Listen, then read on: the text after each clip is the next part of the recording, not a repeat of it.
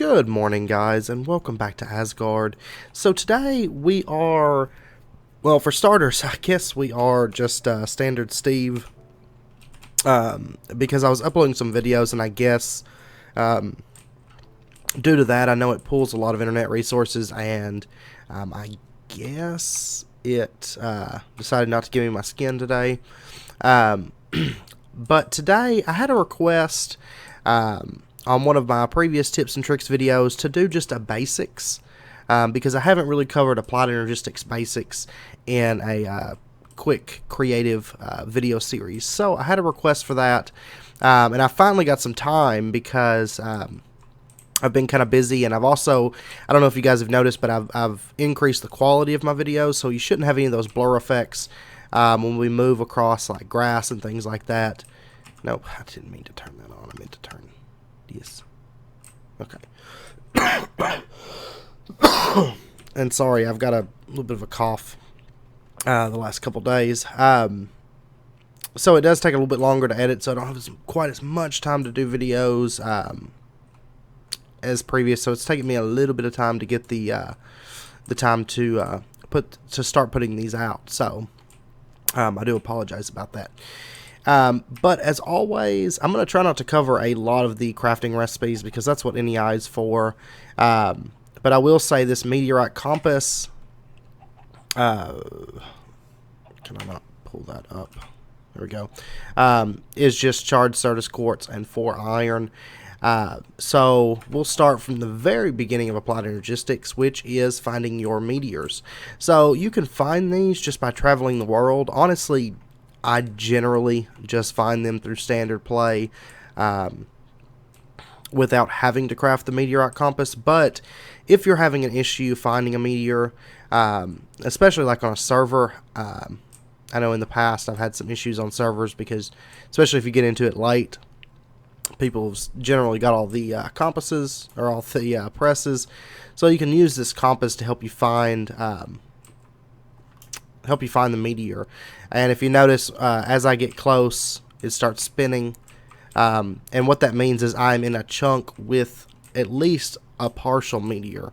So for example, if say only like these couple blocks here were within the chunk that I'm in, that would still set the compass off because part of the skystone is in that chunk. Now if I move out, say to right here, you know, there's skystone within the chunk, but it's not part of the meteor, so that's not going to count. It has to be the actual meteor chunk itself. And then once you find some of these, you can dig down, and it's always going to be right in the center of the meteor. So if we come up here, you'll notice that that block right there that I'm looking at is about center, and there's a skystone chest. Kind of hard to spot with this texture pack, but it is right there. So if we open that up, you'll notice we got a logic press, calculation press, and silicone press. Now there is one additional press, which would be the engineering press. And honestly, this meteor was a little bit lucky. A lot of times you only find 1, maybe 2 presses. Finding 3 is generally pretty good luck. I have encountered 1 meteor before that had all 4 of them, but it's not a common find, at least in my experience. So once you find those presses, you'll be ready to really start applied energistics. So I'm going to go ahead and switch over to a flat world, and I will meet you guys over there in just a second, and we'll get back to the basics. Okay, welcome back. So once you get your presses, like I said, you'll be ready to jump into applied energistics.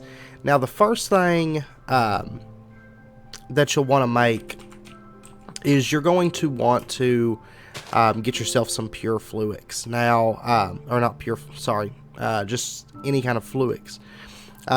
Because that, you're going to use it if you want to make, say, the energy acceptor is going to require fluics. Also, if we take a look, let me find it here, the inscriber is going to require some fluics. The charger is going to require fluics. Most everything that you're really going to use to get yourself started with Applied Energistics is going to require fluics. So what we're going to want is we will want to get ourselves, why am I in here? Some charged Certus quartz, which this you can find naturally. It'll spawn in the ground. It is fairly rare, but here in just a second we'll cover how to make it ourselves once you get at least one piece to get you started. And then you're also going to want to get yourself some redstone,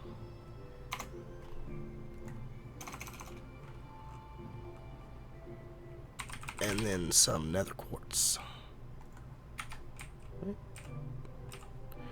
And then we'll throw all this into the water, and we'll give it just a second, and you'll notice that all that turns into fluics. Now you'll get 2 fluics per craft, so since I did a stack of each, of course I got 2 fluics. And later on we'll cover a way to make even more fluics out of that. But the next step that you're going to want to do is, of course, get yourself a few different things to get started. Now, first off, let's go ahead and get ourselves a inscriber and a charger. And then also go ahead and get yourself an energy acceptor, or you can go ahead and go for the ME controller. Now, the ME controller is going to require a processor, so I generally just go for the controller. I skip the energy acceptor, but it's really whatever you want to do as far as that goes. Now, once you get yourself an inscriber, what you'll want to do is you can plug it into just a power source. It doesn't have to be plugged into an AE system, so we'll just plug it in right here, for example. And then what we can do is any of these presses that we got can be used in here. So let's say, for example, we wanted to get some silicon. So let's get, it's not in here. Well, I'm missing it somewhere. Okay, there it is. That's right, it comes from the Ender IO stuff. And so what we can do is we can put our press in here at the top, and then put our silicon in. Now, it does have to be crafted one at a time, but if you watch my other tips and tricks videos, I do show you a very easy way to automate this. So for example, you know, that'll get us that printed silicon. And then there's also printed calculation, which requires pure or any kind of Certus, either pure or standard. Then there's also an engineering printed engineering circuit, which requires diamond, and then logic that requires gold. And then once you get those, you're going to have to turn them into the actual processors, which will take the printed circuit, a piece of redstone, and then printed silicon to get you know, those 3 different engineering processors. And then once you do that, you will be able to get your ME controller. Now, like I said, you can actually just use the energy acceptor initially if you want to, but the thing about using the energy acceptor is if you were to use this, let's say right here, and then we were to, say, run out some of this, which I'll go over way all this works in just a second, and we started plugging things into this. Oops. If you notice up there it says ME interface terminal, and it says devices online, and everything looks good. So we've got 8 of these on here, but as soon as we put this 9th one on, it's going to say device missing channel. Now that's pretty normal because it would do that if we used a interface. However, if I started running it out in this direction and I hooked up a terminal, it would still say device missing channel. And that's the weakness that comes with using the energy acceptor. You are limited, no matter what you do, to only have 8 devices connected to that energy acceptor and connected to your network in its entirety. So that's why I really don't suggest using it, because it takes the 4 quartz glass and 1 fluix. You might as well, if you're at that point, go ahead and just upgrade to this, which is just cooked skystone from the meteor and some fluix.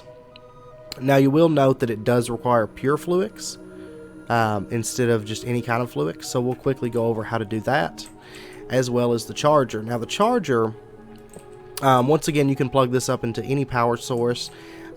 These both can also connect straight into your ME system if you so desire, whereas normal machines are not going to be able to plug in once we get into that later on. So the way the charger works is you can just take Certus quartz crystals, like the standard kind that you find pretty common underground, right click, and those will go into the charger, and then we can right click and get a charged Certus once it charges up. And it only takes a second to charge that up. So if you have a shortage of charged Certus quartz, you can easily make that and remedy that. Now the next thing is how to get pure fluix as well as pure Certus and pure nether quartz, because as you saw, we are going to require a little bit of pure fluix. Now generally, any recipe that requires one or the other, it's generally interchangeable. However, the interfaces are excluded from that case.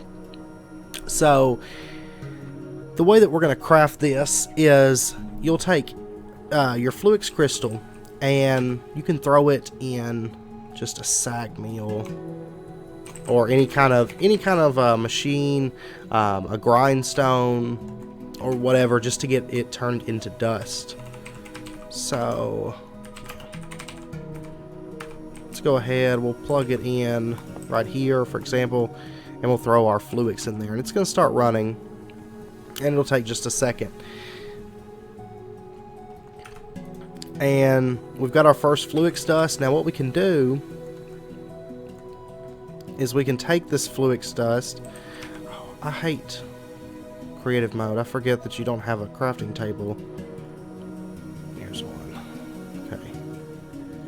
Okay. You can take your fluix dust and combine it with sand and get fluix seeds. Now this is also true with your Certus and with your nether quartz.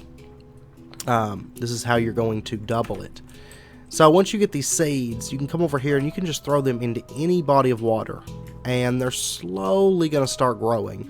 So if we give these just a second and then pick these up, you'll notice in that time it hasn't even grown 0.1% yet.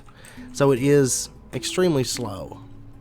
It usually takes about 20 or 30 minutes to grow seeds with that method. But what we can do is we can craft these crystal growth accelerators. And the way we do that is just some fluix cable, some quartz glass, and some fluix blocks. And quartz glass is just nether quartz dust, grinded up nether quartz with some glass. So that's why I haven't covered that yet, because it's really just a basic crafting item. And we can surround this body of water with these crystal growth accelerators. And if we wanted to go really crazy with it, of course we could go down below here and set that in there too. So we'd have 5 of them around it. And now you'll notice that these, however, don't plug directly up with your Ender energy conduit. So actually that reminds me, pure fluix, the only way. Okay. So what we'll do, I forgot this packet does require the pure fluix. Now sometimes it doesn't require the pure fluix, but in this case you are going to have to craft the energy acceptor. So let's just plug that in. And then we'll run just any kind of cabling from Applied Energistics. So generally your first cable that you're going to be using is just this ME glass cable. It just takes a couple pieces of fluix and some quartz fiber which is nether quartz or Certus quartz dust with some sand. With some glass around it. And that's going to get you 3 of those. And this is your basic cable. It doesn't do anything special for you. It's limited to 8 channels that it can carry. But it will do the job, starting out and everything. So we'll just connect all of that. And now, if we were to throw our Fluix seeds into here, and we'll give them just a second. And now we'll pick them up. And you'll notice that in that time they've already grown 8%. So you're going to grow these up to 100%, and once they're at 100%, you will get pure Fluix. You'll get 1 for each of these seeds that you've thrown in there. And then after you get that, you'll be able to craft your ME controller. So, the way this works is, let's set it down here. And now this, whereas the energy acceptor was only able to support 8 machines at best, the ME controller can support 8 in each direction off of the block. And another really nice thing about the ME controller is if you plug power directly into that, it will turn it on. It will supply power to your ME system. Whereas, of course, over here we had to use the energy acceptor and hook the energy up into that. So now we've got power and we can do 8 channels in each direction. So now I feel like it's a good time to talk about channels within Applied Energistics.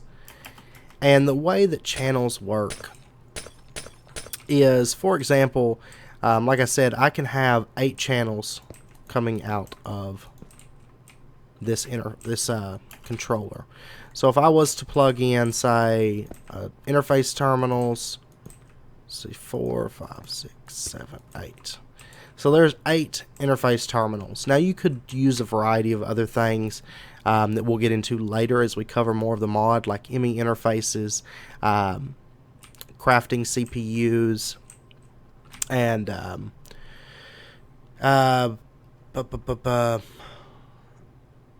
just anything, any kind of terminals, annihilation planes, level emitters. There's all different kinds of stuff within this mod that costs a channel.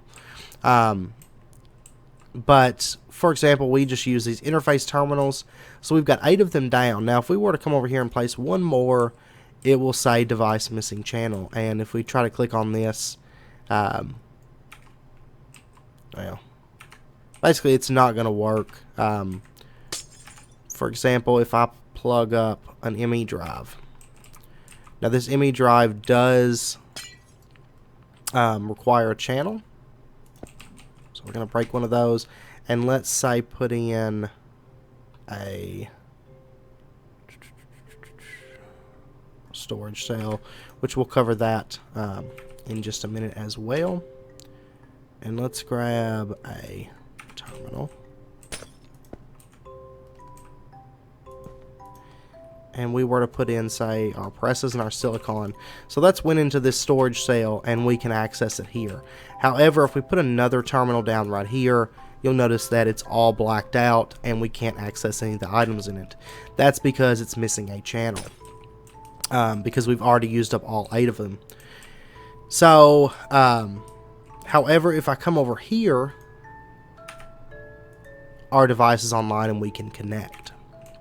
So that's the way channels work. Like I said, you have 8 that Fluix cable can carry.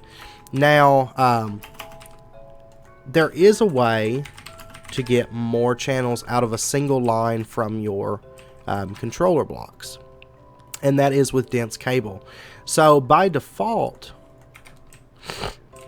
of course, using this Fluix cable, we were only able to pull out 8 channels. But if we use dense cable, you'll notice that this says underneath the currently harvestable, it says that it has 0 of 32 channels. That means we are using 0 of 32. So using dense cable, we can pull out 32 channels off any individual side of a controller block. However, if we try to plug in, say, a terminal to this, it doesn't connect properly. So, you know, it's just not even letting us access that. The reason is this dense cable cannot connect directly to your machines. So what you're going to have to do is have it break off. So say we had some machines over here that we wanted to hook this up with. We could break it off here, and now we can access our items. And so of course we could have 8 channels on this line here, and we could say have 8 more here, and say 8 more here, and say 8 more right here. So that would be our 32 channels. Now you could say do like 2 here, 6 here, 5 here, 4 here, and do like 3 here and 2 here and so on. And that's not a problem. You don't specifically have to have 4 lines coming off the dense cable. You can have 32 lines coming off the dense cable, and all of them only have 1 connection each. But just keep in mind that you are only allowed to have the 32 channels total, but it does let you pull a lot more out of the block. Now, in addition to that, these controllers are multi-block. They can be up to, I believe, 7 long. Yeah. See, if I put that 8th block on, it all turns red and it stops flashing. We come over here to this terminal, we can't access any items. That is because we have pretty much broke our system by making our controller too long, thus shutting it all off. So if we break that again, it'll turn back on. Now we could also go 7 in this direction, and as soon as we hit that 8th one, it'll shut off. We can also go up 7, and then of course red. Now the way this works is your controller blocks can at best connect to 2 different directions on the same plane. So for example, if we have this block here that's connected in this direction and this direction on that plane. Now if I put say this here and that here, you notice that turns white, and that last one won't connect. Oh, of course it wouldn't. Yeah. So for example, right here, I was about to say, because like this one would be past the 7 length, but this one, for example, it's connected on more than 3. It has more than 3 connections on the same plane, so it turns gray. However, if I put a block here, that's fine. So you're limited to the 3 on a single plane. And you'll see it more, like you'll run into that issue as you start building out the block. So you can build it as long as it's all within the dimensions that you've set. So, you know, we could have something like this. We could have it come around and connect, make a big square with it, make a big cube. We can have designs on the inside if we want to, like this. And you can just do pretty much as crazy as you want to. And keep in mind that each of these can output 32 channels on each side of the block. So for example,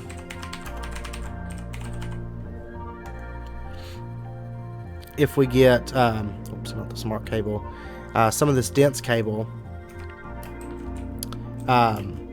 we could have 32 here, 32 here, 32 here, 32 here, 32 here, 32 here, and of course in between these as well, but if I do that, they want to connect, so I'm just doing this for an example.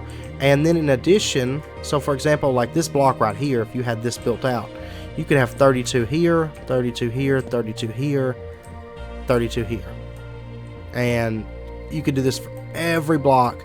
Every open side can have 32 channels.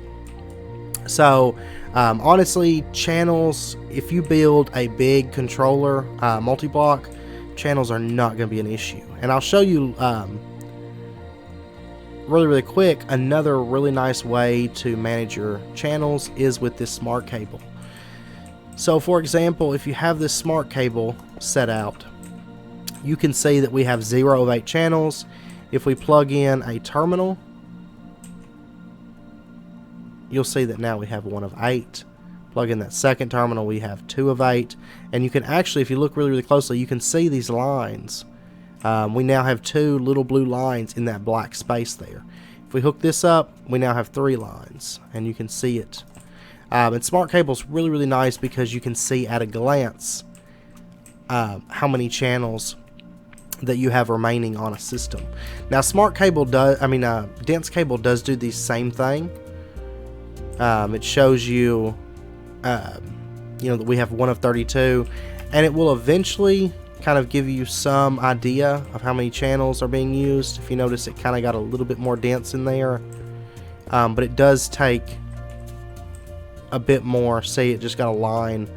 It takes a little bit more before you start seeing it, but it does do the Smart Cable effect. And then lastly, there is one other cable. There's just this covered cable. Now, if you use this, you're not going to see the amount of channels, but the reason that you would want to use this covered cable is, honestly, I don't know. I guess just for looks. If you want to color cables, the nice thing about coloring them is they're not going to connect to other cables that are different colors. So, for example, if I ran this cyan, it will not connect to this smart cable. So that's the point of redyeing them. However, the covered cable, I don't know of much of a use because you could always just color your Fluix cable as well. Like that's magenta. So, it's whatever. Yeah,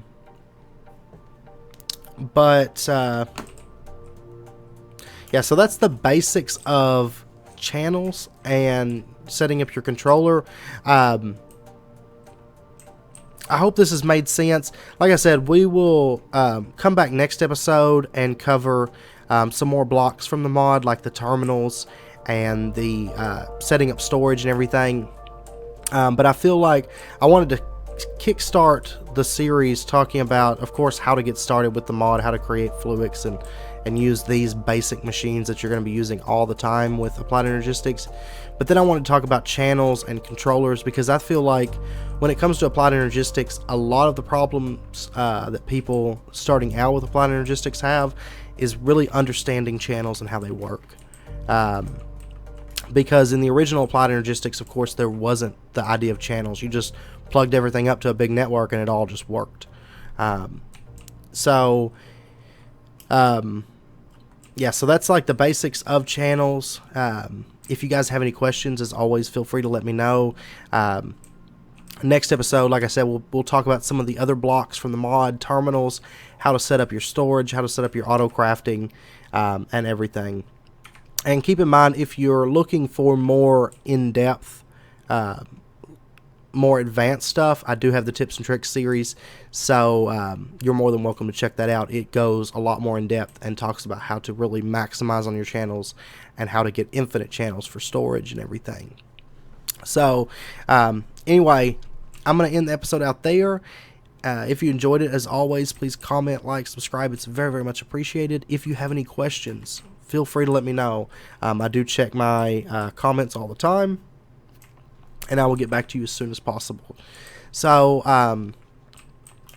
until next episode, do take care, and I hope to see you guys then.